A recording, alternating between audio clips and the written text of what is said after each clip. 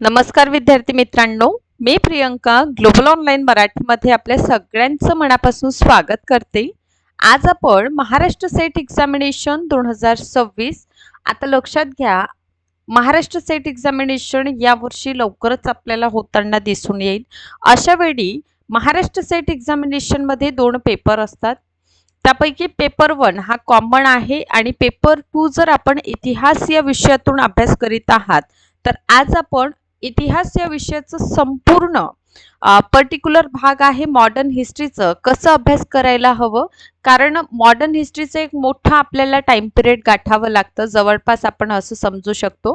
बघा, सर्वप्रथम लक्षात घ्या की जर हिस्ट्रीचा आपण विचार केलेलं तर हिस्ट्रीमध्ये टोटल 10 युनिट्स आपल्याला अभ्यासक्रमात दिलेले आहे. आता या 10 युनिट पैकी सुरुवातीच्या 3 युनिट या एन्शियंटच्या आहे.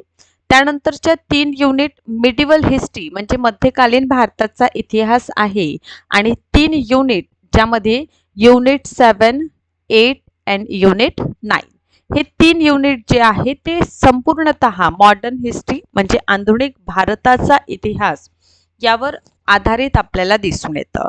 आणि या पर्टिक्युलर पार्टमध्ये आपण जवळपास 1885 पासून तर 1947 इतकं मोठं टाइम पिरियड अभ्यास करतो. इवन 1947 नंतर सुद्धा आपल्याला या भागात अभ्यास करावं लागतं.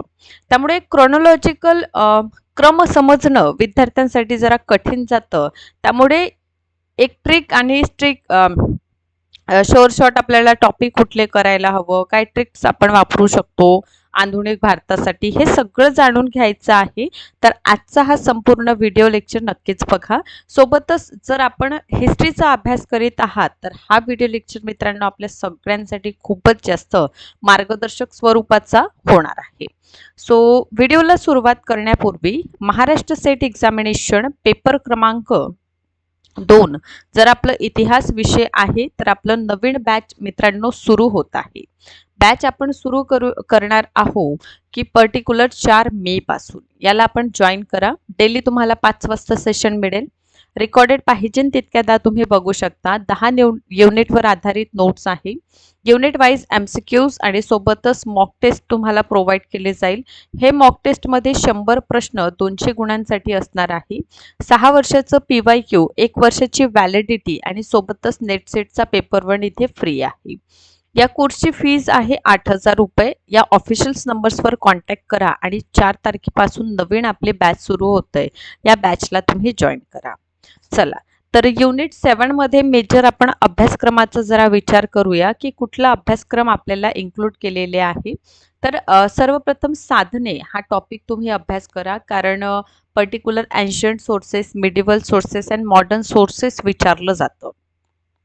त्यानंतर साहित्य ऑब्विसली अभ्यास करणं भागच आहे. वृत्तपत्र, मौखिक पुरावे, ललित साहित्य, चित्रकला आणि स्मारक नाणी हे संपूर्ण घटक अभ्यास करावं लागतं. त्यानंतर ब्रिटिश सत्तेचा उदय 16व्या ते 18व्या शतकातील भारतातील युरोपियन व्यापारी ज्यामध्ये पोर्तुगीज, डच, फ्रेंच आणि ब्रिटिश यांच्या वखारी कुठल्या स्थापन केलेल्या, कधी स्थापन केलेलं, ठीक आहे. तर यांवर मेजर फोकस असतं. भारतातील ब्रिटिश सत्तेची स्थापना आणि त्याचा विस्तार कशा पद्धतीने झालेलं आणि सोबतच प्रमुख भारतीय राज्य म्हणजे संस्थाने जी आहे यांचं ब्रिटिशांशी संबंध, ज्यामध्ये प्लासी बक्सार बंगालसाठी, अवधमध्ये कुशासनाचा आरोप, तैनाती फौज हैदराबाद स्वीकार करणार, मैसूरला कॅप्चर करण्यासाठी 4 आंग्ल मैसूर युद्ध होणार, कर्नाटक, पंजाब, ठीक आहे. हे संपूर्ण घटक अभ्यास करायचं. त्यानंतर 1857चा उठाव हा खूप इम्पॉर्टंट टॉपिक आहे. वारंवार आपल्याला सध्या परीक्षेत येताना दिसून येतं. कंपनी आणि राजसत्तेची म्हणजे प्रशासन व्यवस्था, ईस्ट इंडिया कंपनीचं केंद्रीय आणि प्रांतीय प्रशासन कशा प्रकारे विकसित झालेलं, यामध्ये नागरी सेवा, न्याय व्यवस्था, पोलीस, लष्करी जे आहे या संबंधित संस्थानांबाबत काय ब्रिटिश धोरण होतं हे अभ्यास करायचं आहे. त्यानंतर संविधानिक बदलामध्ये आपल्याला 1909 म्हणजे मोर्ले मिंटो सुधारणा कायद्यापासून भारत सरकार अधिनियम 1935 पर्यंतचा टाइम पिरियड अभ्यास करा. त्यानंतर आपल्याला युनिट 8चं जर आपण विचार केलेलं आणि इथे आणखीन एक टॉपिक आहे 1935 टू माउंट बॅटन योजनेपर्यंत, ठीक आहे. म्हणजे 1947चं जी माउंट बॅटन योजना आहे तिथपर्यंत घटक आपल्याला युनिट 7मध्ये अभ्यास करावं लागतं. त्यानंतर युनिट 8चं जर विचार केलं ना आपण, तर हे आर्थिक इतिहासाची निगडीत हे युनिट आहे. म्हणजे आधुनिक भारताचा आर्थिक इतिहास आहे. यामध्ये कसा इतिहास आहे? आर्थिक इतिहास आहे. महत्त्वाचा आहे हा भाग सुद्धा. वसाहतकालीन अर्थव्यवस्था, व्यापाराची बदलती रचना आणि त्याची व्यापार संबंधित आपल्याला अभ्यास करावा लागतं. शेतीला कसं वाणिज्यिक स्वरूप प्राप्त झालेलं, सोबतच ग्रामीण कर्जबाजारीपणाचे काय कारणं होते, उद्योग कशा प्रकारे ऱ्यासाला आले आणि उद्योग जर बंद पडले तर नक्कीच समाज परिस्थिती कशी, आर्थिक परिस्थिती चेंज होतं, शहरीकरणाचं ऱ्यास कसं झालं, आर्थिक निष्कासन कशा पद्धतीने आपल्याला दिसून येतं, कारखाने कानून काय होतं आणि कामगार संघटने हा खूप महत्त्वाचा टॉपिक आहे. मौद्रिक धोरण, बँकिंग, रेल्वे, वाहतूक या सगळ्यांचा अभ्यास करावा लागतं. इथे नागरी आणि समाज आणि त्यांच्या काय समस्या होतं, दुष्काळ संबंधित आयोग, आदिवासी आणि शेतकरी चळवळ, हे संपूर्ण 8 घटक जो आहे आपलं त्यामधील हे मेजर टॉपिक आहे.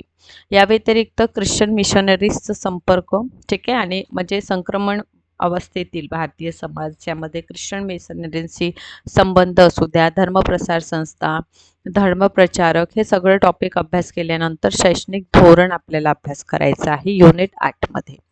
त्यानंतर भारतीय प्रबोधन, त्याचं सामाजिक आर्थिक मध्यम वर्गांचं उदय कसं झालेलं, स्त्रियांचं प्रश्न, मुद्रण किंवा भारतीय भाषा आणि साहित्यांचं आधुनिकीकरण कशा पद्धतीने झालं हे बघूया.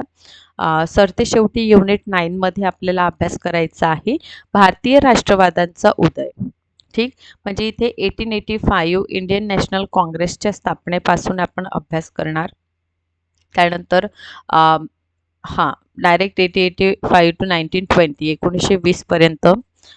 त्यानंतर मवाळवाद आहे, जहालवाद, सशस्त्र क्रांतिकारी चळवळ झालेल्या, स्वदेशी आणि स्वराज्य, त्यानंतर गांधीप्रणीत जन आंदोलने, त्यानंतर सुभाषचंद्र बोस आणि आझाद हिंद सेना, राष्ट्रीय चळवळीमध्ये मध्यम वर्गांची काय भूमिका राहिली, डाव्या विचारसरणीचं राजकारण, दलित चळवळ, सांप्रदायिक राजकारण आणि मुस्लिम लीग संबंधित अभ्यास करूया. आणि स्वातंत्र्योत्तर भारतासमोर कसे आव्हान होते आणि संस्थानात कसं प्रकारे, म्हणजे ज्यामध्ये काश्मीर, हैदराबाद, जुनागडचं विलिनीकरण कशा पद्धतीने करण्यात आलेलं, तर हा एक मेजर पार्ट आपल्याला इथे अभ्यास जे आहे ते करावं लागतं. आता स्वतंत्रतानंतर सुद्धा आपल्याला इतिहास अभ्यासाचा आहे, ज्यामध्ये भारतीय संविधानाचं निर्मिती आणि त्याचं वैशिष्ट्ये B.R. आंबेडकर यांच्याद्वारे, नवीन शैक्षणिक धोरणांचं काय वैशिष्ट्य, म्हणजे आफ्टर इंडिपेंडन्स जे शैक्षणिक धोरण आलेले, ज्यामध्ये 1948 स्वतंत्र भारताचा पहिला शैक्षणिक आयोग राधाकृष्णन आयोगापासून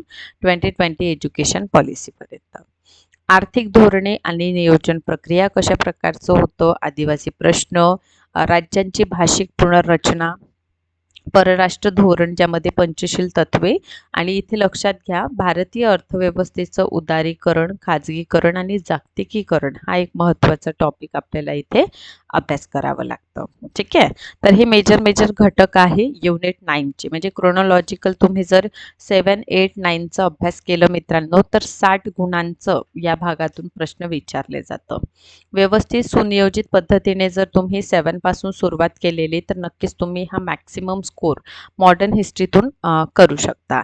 यासाठी मी तुम्हाला सांगितलेलंच आहे की कंप्लीट हिस्ट्रीचं कोर्स आहे.